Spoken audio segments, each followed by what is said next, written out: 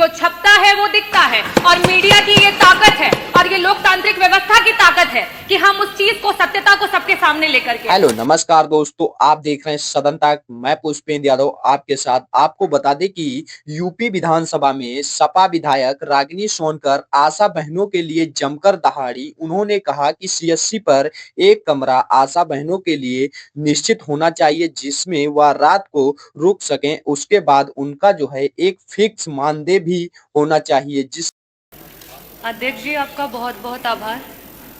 आपने महिला शक्ति से जुड़े हुए स्वास्थ्य संबंधित सवाल से मुझे प्रश्न पूछने का अवसर दिया। अध्यक्ष जी, मेरा सवाल जो हमारे प्रदेश में कार्यरत आशा बहनें हैं उनसे जुड़ा हुआ है, और सरकार कहीं ना कहीं इन आशा बहनों की आशाओं पर लगातार पानी फेरती हुई आ रही है। ये आशा बहनें जो हैं उनका मूल मंत्री जी शायद आपका विभाग समझ नहीं पा रहा है। और रही बात छपने की, आशा बहनों का भी उतना ही अधिकार है कि वो अखबार की पंक्तियों में सामने आए और उनकी अधिकार की जो बातें इस सदन में बोली जा रही हैं वो लिख करके, पढ़ करके वहां पर आए। क्योंकि आज वो आशा बहनें जिस तरीके से आपके विभाग की रीढ़ बन करके हैं, शायद ये सरकार नहीं समझ पा रही है, और इसीलिए बार बार उसको एक ऐसा मामूली सा पत्थर समझ करके फेंकी जा रही है, फेंकी जा रही है, फेंकी जा रही है। लेकिन मंत्री जी, शायद आप ये समझ नहीं पा रहे हैं कि ये आशा बहनें हीरा है। और उसका वर्णन, क्योंकि हमारे वित्त मंत्री जी यहाँ बैठे हैं, मैं कहना चाहूंगी कि इस विभाग में जो आशा बहनें जिस तरीके से काम कर रही हैं, चाहे वो संक्रमित रोग हो उनको बचाने के लिए, मैं बहुत डिस्क्रिप्शन के साथ नहीं बोलूंगी, लेकिन ये बजट से रिलेटेड है, इसलिए मैं कहना चाहूंगी कि जितना वो काम कर रही हैं, अगर उनका काम रोक दिया जाए तो आपके विभाग का जो संपूर्ण का बजट है वो पूरा का पूरा बजट भी आप लगा देंगे, तब भी आप उनके द्वारा किए हुए कार्यों को पूरा नहीं कर पाएंगे। और ऐसी स्थिति में 1 ट्रिलियन इकोनॉमी की बात हुई पिछले सदन में, और लगातार सरकार के द्वारा हो रही है। ऐसी स्थिति में 8 करोड़ का बजट है उत्तर प्रदेश की सरकार लेकर के आई है, लेकिन उस बजट में हमारी आशा बहनों के लिए कुछ भी नहीं है। मंत्री जी, मेरा प्रश्न आपसे ये है कि आप बात करते हैं कि उनका इतना मानदेय है और इतना सरकार दे रही है। मेरे पास आंकड़े हैं और मैं उसे टेबल भी करना चाहूंगी कि वर्तमान में 24 ऐसे जिले हैं और 25,000 आशा महिलाएं हैं जो हमारी वर्कर्स हैं, जिनका भुगतान नहीं हुआ है।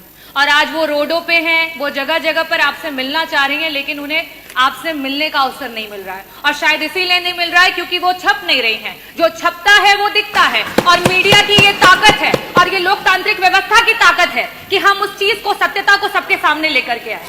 मेरा आपसे सिर्फ यही प्रश्न है कि 1 ट्रिलियन इकोनॉमी की बात करने वाली सरकार, इतने बड़े बड़े बजट्स लाने वाली सरकार, आज आपके विभाग की रीढ़ में सिर्फ और सिर्फ इसलिए क्योंकि आशा महिलाएं हैं, उनको कोई दर्जा नहीं दिया जा रहा है। ना उन्हें राजकीय कर्मचारी का दर्जा दिया जा रहा है, ना उन्हें संविदा के कर्मचारियों का दर्जा दिया जा रहा है। और बार बार जब बात आ रही है कि उनको उनके अधिकार का पैसा मिले, क्योंकि वो हर समय काम करती हैं। प्रसव का कोई समय फिक्स नहीं होता है। हम सब किसी ना किसी परिवार से हैं और हम सब जानते हैं कि प्रसव किसी भी समय हो सकता है। और एक वो जो आशा बहन है, उस माँ के साथ वो 9 महीने उस प्रसव को झेलती है, उस प्रसव के साथ खड़ी रहती है और उसे अस्पताल लेकर के जाती है। ऐसी स्थितियों में क्या उसका अधिकार नहीं है कि उसे भी 18,000 का मानदेय प्रति माह मिले? क्या हमारी जो संगिनियां उनके साथ काम करती हैं, उनका अधिकार नहीं है कि उन्हें 24,000 का मानदेय सरकार के द्वारा मिले?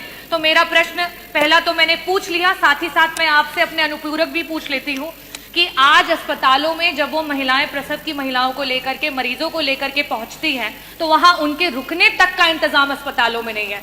इस पूरे के पूरे उत्तर प्रदेश का कोई ऐसा सीएससी नहीं है जहां आशा बहनों के लिए एक कमरा रखा गया हो कि रात में अगर किसी महिला को प्रसव के समय लेकर के जाए तो उनको वहां रुकने का इंतजाम हो। ऐसी स्थिति में मेरी दूसरी आशा बहनों की तरफ से सरकार से मांग है कि आपके इतने बड़े बजट में से प्रत्येक सीएससी पे कम से कम आशा बहनों के रुकने का इंतजाम कराते हुए एक कमरा आवंटित किया जाए।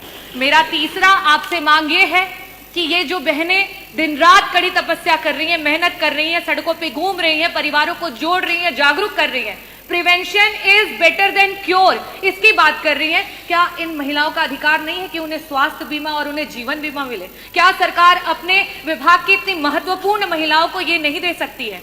और लास्ट में मैं कहूंगी कि जो यातायात है उनके समय का बहुत ही इम्पोर्टेंस है क्योंकि उन्हें समय से पहुंचना होता है जब जहां जरूरत होती है। ऐसी स्थिति में आपने अपने बजट में स्कूटी की बात की है, तो मैं ये भी चाहूंगी कि आशा बहनों की मांग है कि उन्हें स्कूटी दी जाए। ये चारों प्रश्न हैं मेरे, और मैं अनुरोध करूंगी कि मंत्री जी दोनों सदस्यों के जो प्रश्न हैं उनके उत्तर दें।